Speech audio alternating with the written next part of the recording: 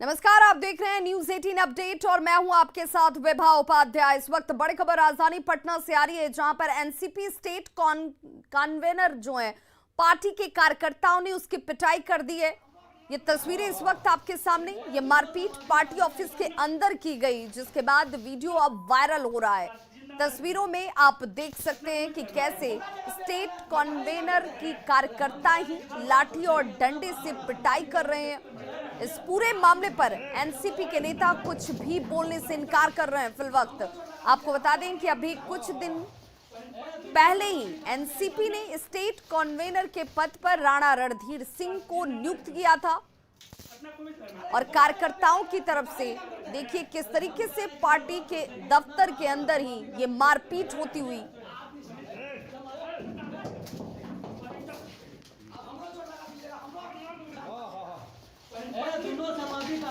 तो NCP office में मारपीट की तस्वीर इस वक्त वायरल हो रही है। लाठी डंडे से हमला किया गया स्टेट कन्वेनर के ऊपर। राणा रणधीर सिंह, जिन्हें कुछ वक्त पहले ही स्टेट कन्वेनर बनाया गया है,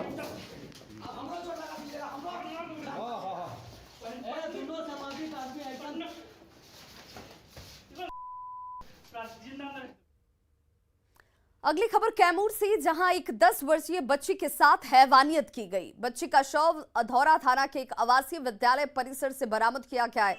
उसके शरीर पर दरिंदगी के कई निशान हैं। बताया जाता है कि लड़की घर के बगल में निर्माणाधीन आवासीय विद्यालय परिसर में अपना चार्जिंग लाइट को चार्ज करने के लिए गई हुई थी, जिसके बाद बच्ची गायब हो जाती है। परिजनों ने जब छानबीन शुरू की तो स्कूल परिसर में बच्ची के शव को क्षत विक्षत स्थिति में बरामद किया। सूचना पर मौके पर पुलिस टीम पहुंची और शव को पोस्टमार्टम के लिए भेज दिया गया है। वहीं घटना के बाद इलाके में सनसनी फैल गई है।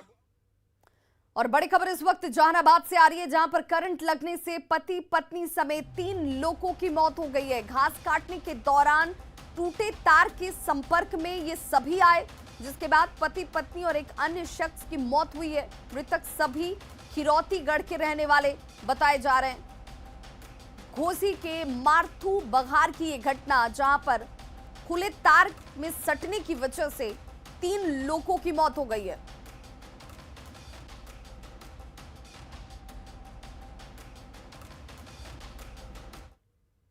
8 अक्टूबर को हुए पंचायत चुनाव के तीसरे चरण के मतदान के बाद आज मतगणना का काम किया जा रहा है। कड़ी सुरक्षा इंतजामों के बीच सिवान के 2 प्रखंड, जिसमें हसनपुरा और हुसैनगंज का काउंटिंग इस वक्त प्रक्रिया जो है चलती हुई। मतगणना को लेकर सुरक्षा के पुख्ता इंतजाम किए गए। आज 1713 प्रत्याशियों के भाग्य का फैसला होना है। मतगणना केंद्र का जायजा लिया हमारे सहयोगी मृत्युंजय कुमार सिंह ने।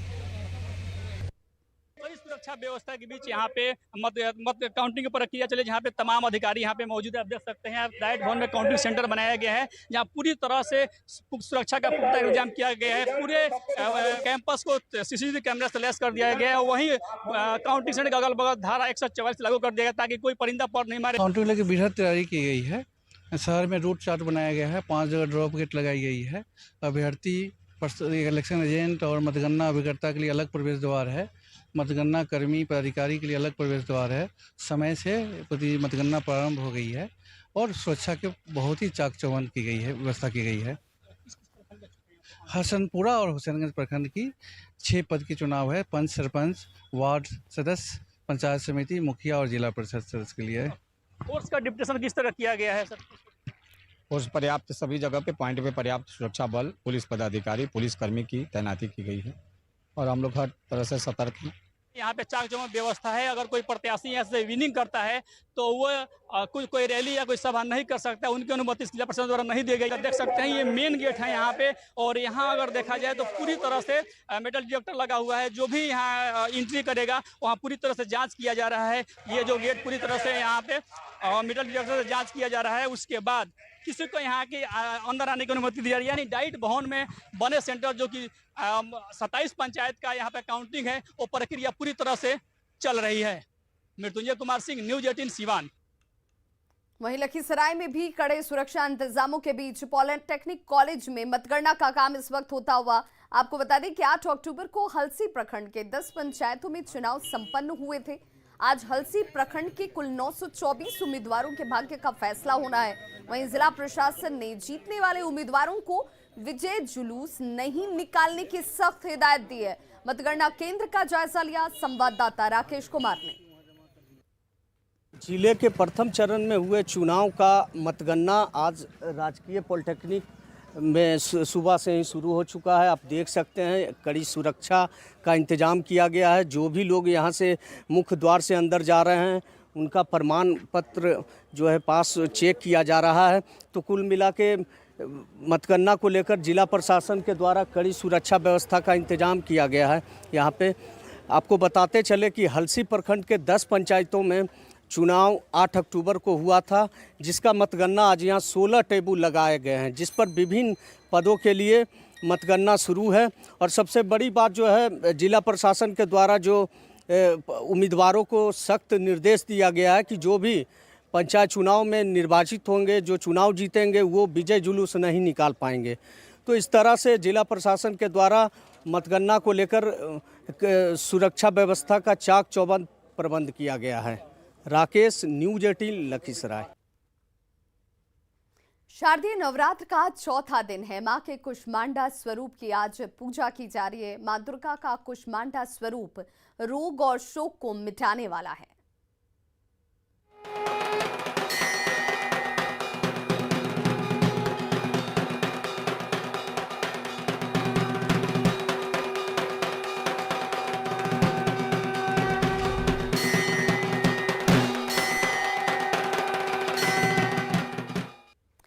तो नवरात्र का चौथा दिन है। आज के दिन मां दुर्गा के कुष्मांडा स्वरूप की पूजा की जाती है और ऐसी मान्यता है कि मां कुष्मांडा ने सृष्टि की रचना की है। आदि शक्ति दुर्गा के कुष्मांडा रूप की आराधना करने से भक्तों को सुख और शांति की प्राप्ति होती है।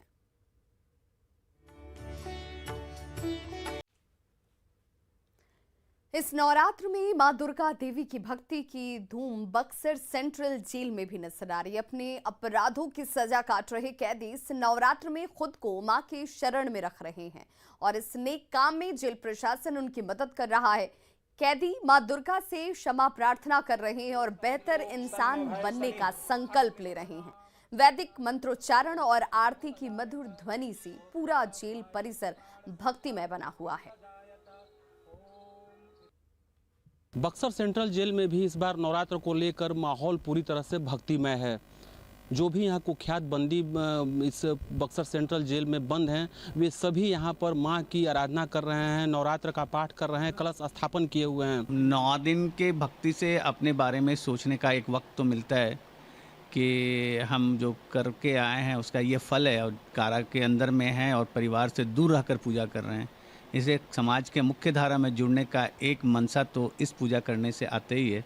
कारा प्रशासन की तरफ से एक मंदिर के आसपास है, साफ सुथरा कर दिया गया है और वहीं पर कलश स्थापन करके लोग पूजा कर रहे हैं। बक्सर कारा प्रशासन के द्वारा उन्हें आवश्यक संसाधन, आवश्यक वस्तुएं, पूजा सामग्री सब उपलब्ध कराई जा रही है जिसकी उन्हें आवश्यकता है।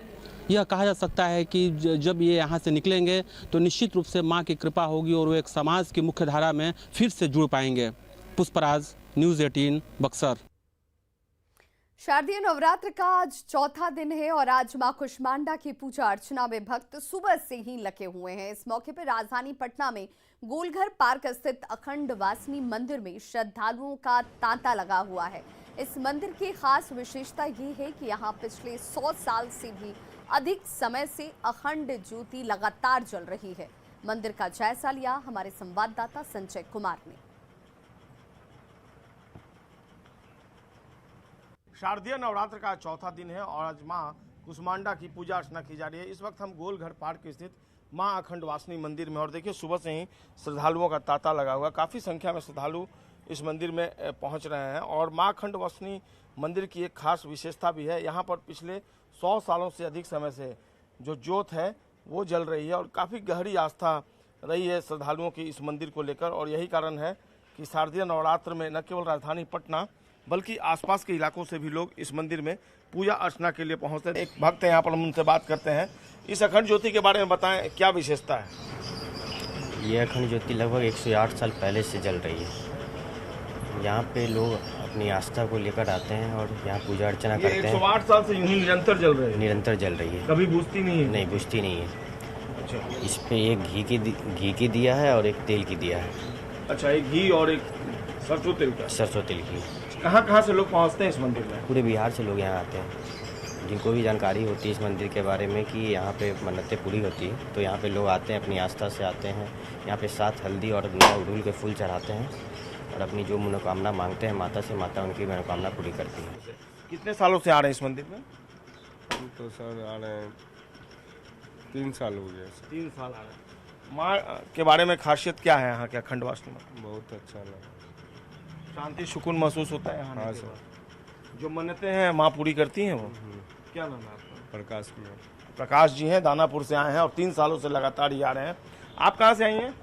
चिड़ैया टार से आए। आप कब से आ रहे हैं इस मंदिर में? पहली बार आज इनका नाम सुन के आए हैं कि क्या सुना आपने इस मंदिर के बारे में? बहुत शक्ति पीठ है, मनोकामना पूर्ण करती है। अकेले आई हैं? पर हस्बैंड के साथ। हस्बैंड आए हैं। क्या नाम है आपका? अंशु कुमारी। आप कहाँ के रहने वाले? पटना के? मैं भी पटना का रहने वाला हूँ। आप कब से आ रहे हैं? 3 साल से? आप भी आ रहे हैं इसके पहले? पहली बार आया हूँ। पहली बार आप आ रहे हैं? मैं बाहर में रहता हूँ छत्तीसगढ़ में। अच्छा, मैं वहाँ से आया हूँ। तो माँ के बारे में आपने सुन रखा है? हाँ, माँ के बारे में सुना हूँ कि ये बहुत शक्तिपीठ मंदिर है, यहाँ आने से हर मनोकामना पूरा होता है। तो जो मन्नत है वो आप मांगने आए हैं माँ से? जी। क्या नाम है? राकेश कुमार। आप बताइए, आप नवरात्रि में पहुँचे हैं, माँ के बारे में कब से आ रहे हैं इस मंदिर में? बचपन से। बचपन से? कितने सालों से? 18-19 साल से। वाह। तो माँ के बारे में काफ़ी गहरी आस्था, इसका मतलब मन है आपके? हाँ, बेउर से ही आते हैं, बगल से। मतलब जो भी मांगो पूरा हो जाएगा। मतलब पूरी होती है मन्नत? हाँ हाँ। अच्छा, क्या नाम है? संजीव।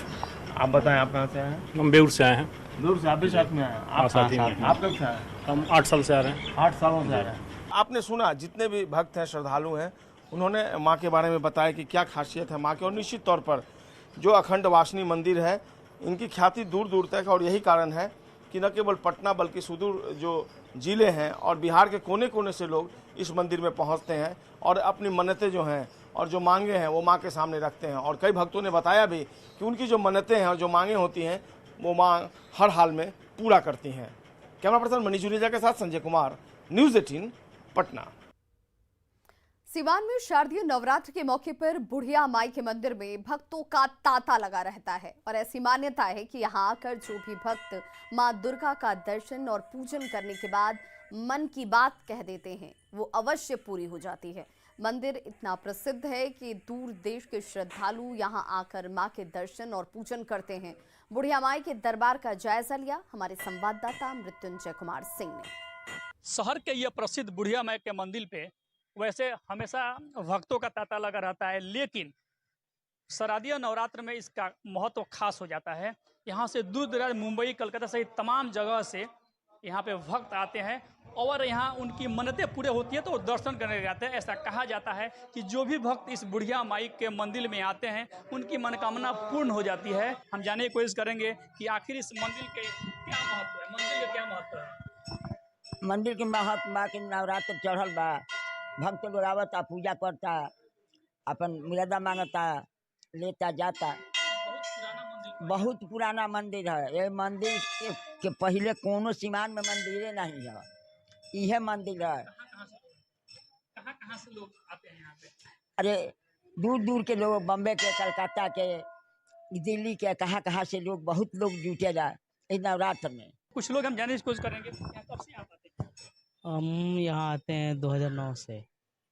ये हमारे रंजन यहाँ जो पुजारी जी हैं उनके बेटे, हमारे दोस्त है रंजन। माता के दरबार से कामना है, श्रद्धा है, भाव से जो भी प्रेम से मांगा जाता है।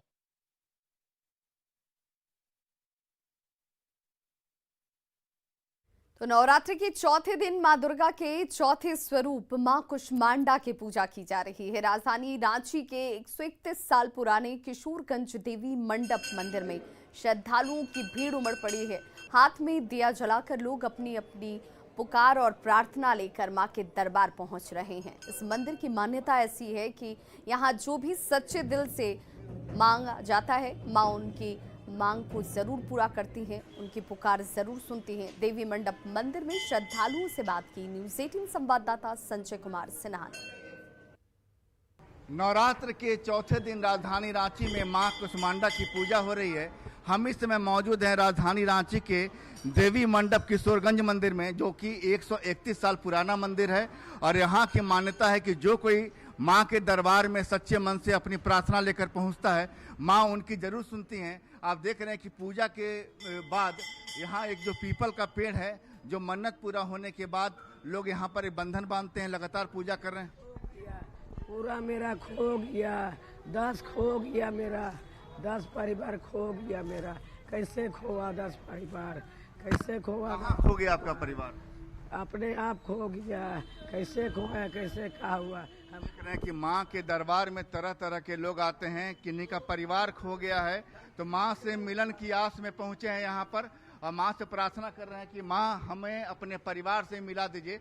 एक बच्ची भी यहाँ पर पहुँची है। आप लोग यहाँ पर आए हैं, माँ से क्या मांगे? हम आश्रय के लिए मांगे, अपने पढ़ाई के लिए मांगे हैं। पढ़ाई के लिए मांगे। माँ क्या जीवन में क्या बनना है? डॉक्टर। जीवन में डॉक्टर बनना है। माँ से करियर की मांग कर रही है कि माँ डॉक्टर बना दीजिए, हम मेहनत कर रहे हैं। जो माँ के साक्षात दर्शन किए, हमको सपना में दिखी है, जल का लोटा देते हुए, चांदी का ग्लास देते हुए। फिर पंडित जी से पूछे तो बोले कि चावल का लोटा लाके माँ आपको साक्षात दर्शन दिए, लाके माँ के शरण में रख दीजिए। आप यहाँ पहुँचे हैं चाची जी, माँ से क्या मांगे आप? माँ तो हमको सब कुछ दे चुकी है। हम गिरे हुए थे, हमको इतना ऊपर उठाई है। इनकी शक्ति का कोई पार नहीं है। तो आपने सुना कि माँ ने सब कुछ दिया है हमको, माँ ने हमारी झोली भर दी है। माँ कुष्मांडा के बारे में कहा भी जाता है कि प्रणतानाम प्रसिद्धम देवी विश्वार्थी हारिणी त्रिलोक्यवासिनी मी भय लोक्या न वरदा बाबा। यानी आप अगर माँ के दरबार में आते हैं, माँ का भोग लगाते हैं, माँ की सच्चे मन से आराधना करते हैं, तो माँ आपकी पुकार जरूर सुनती है। और माँ की शक्ति वैसी है कि जब त्रिलोकधारी त्रिदेव माँ से शक्ति मांगते हैं, माँ जगदम्बा आप जगत जननी हैं, सभी को शक्ति देती हैं। जिनसे त्रिदेव शक्ति मांगते हैं, उससे भला हम और आप शक्ति क्यों ना मांगे। वैसे भी नारी कल भी भारी थी, नारी आज भी भारी है। पुरुष कल भी आभारी था, पुरुष आज भी आभारी है। कैमरामैन संजीव तिवारी के साथ संजय कुमार सिन्हा, न्यूज़ 18 रांची। पिछले साल कोरोना के कहर का असर दुर्गा पूजा के आयोजन पर भी दिखा था, लेकिन व्यापक वैक्सीनेशन की वजह से इस बार लोगों में कोरोना का खौफ कम हुआ है और कोरोना गाइडलाइंस का पालन करते हुए दुर्गा पूजा का आयोजन धूमधाम से हो रहा है। आयोजन से पूजा समिति से जुड़े लोग और मूर्तिकार बेहद खुश हैं। कटिहार में दुर्गा पूजा के आयोजन का जायजा लिया न्यूज़ 18 संवाददाता सुब्रत कोहा ने। दुर्गा पूजा के मामले में बिहार के मिनी कोलकाता कहे जाने वाले कटिहार में इस बार कोविड नियमों को मानते हुए दुर्गा पूजा का आयोजन जोर शोर से है। आपको एक नज़ारा दिखा रहे हैं। इस तरह से जो प्रतिमा है उसको आखिरी रूप दिया जा रहा है और बरसों से इस यहाँ प्रतिमा बनता है। और इस बार पिछले साल जो कोविड था, इस बार क्या अंतर आया है? इस बार पहले से कितना बेहतर स्थिति है? इस बार वैक्सीन लेने के बाद सबसे पहले से बेहतर स्थिति है। पहले से बेहतर स्थिति है। आप लोग प्रबंधन से क्या क्या कमेटी में क्या क्या मेंटेन हो रहा है, खास क्या क्या ध्यान रखता है दुर्गा पूजा? कोविड-19 का मेंटेनेंस हो रहा है। उसके बाद पहले से एक पूजा से लेकर 10 पूजा से पूरा घट स्थापन हो जाता है। यही सब और क्या है। दुर्गा पूजा के आयोजन से जुड़े हुए लोग भी बता रहे हैं जो वैक्सीनेशन व्यवस्था है वो बेहतर हुआ है, इसलिए जो पूजा के उमंग है उसमें और भी जो लोग उत्साहित है। और निश्चित तौर पर दुर्गा पूजा के आयोजन के मामले में कटिहार की जो पहचान है वो एक बार फिर बरकरार रखा जाएगा। सुब्रत, न्यूज़ 18 कटिहार। नवरात्र के दौरान साधक अपने सीने पर कलश रखकर माता की उपासना करते हैं। कलश के नीचे लकड़ी की तख्ती रखी जाती है ताकि कलश हिले नहीं। आज हम आपको दिखा रहे हैं कैसे ही साधक की तस्वीर जो सीधे अपने सीने पर कलश रखकर साधना करते हैं। ये साधक हैं बेगूसराय के बछवाड़ा के राम बच्चन सिंह, जो 2008 से ही ऐसी साधना में लीन है, लेकिन हर साल उनकी साधना का स्थान बदल जाता है। इस बार वो बाढ़ के मोकामा के हाथीदह दुर्गा मंदिर में साधना कर रहे रामबचन सिंह कलश स्थापना से 6 दिन पहले अन्न जल का त्याग कर देते हैं और इस तरह वो 15 दिनों का उपवास करते हैं।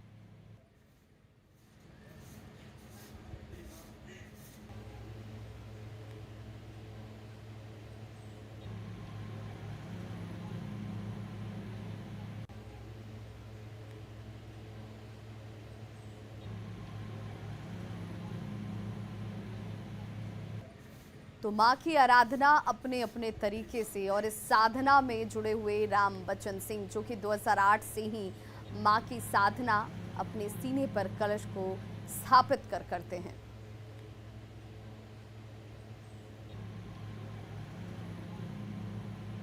तो नवरात्र का चौथा दिन है, मां के कुष्मांडा स्वरूप की पूजा की जा रही है और भक्त अपनी श्रद्धा अपनी आस्था मां के प्रति व्यक्त करने के लिए सुबह से ही पंडालों का रुख करते नजर आते हैं। और ऐसे ही एक भक्त जो मां की आराधना अपने अनोखे अंदाज में करते हैं, अपने सीने पर कलश की स्थापना कर 15 दिनों का उपवास, और ऐसे में मां की भक्ति में ये भक्त लीन नजर आ रहे हैं। खबरों का सिलसिला लगातार जारी है, आप देखते रहिए न्यूज़ 18 बिहार झारखंड।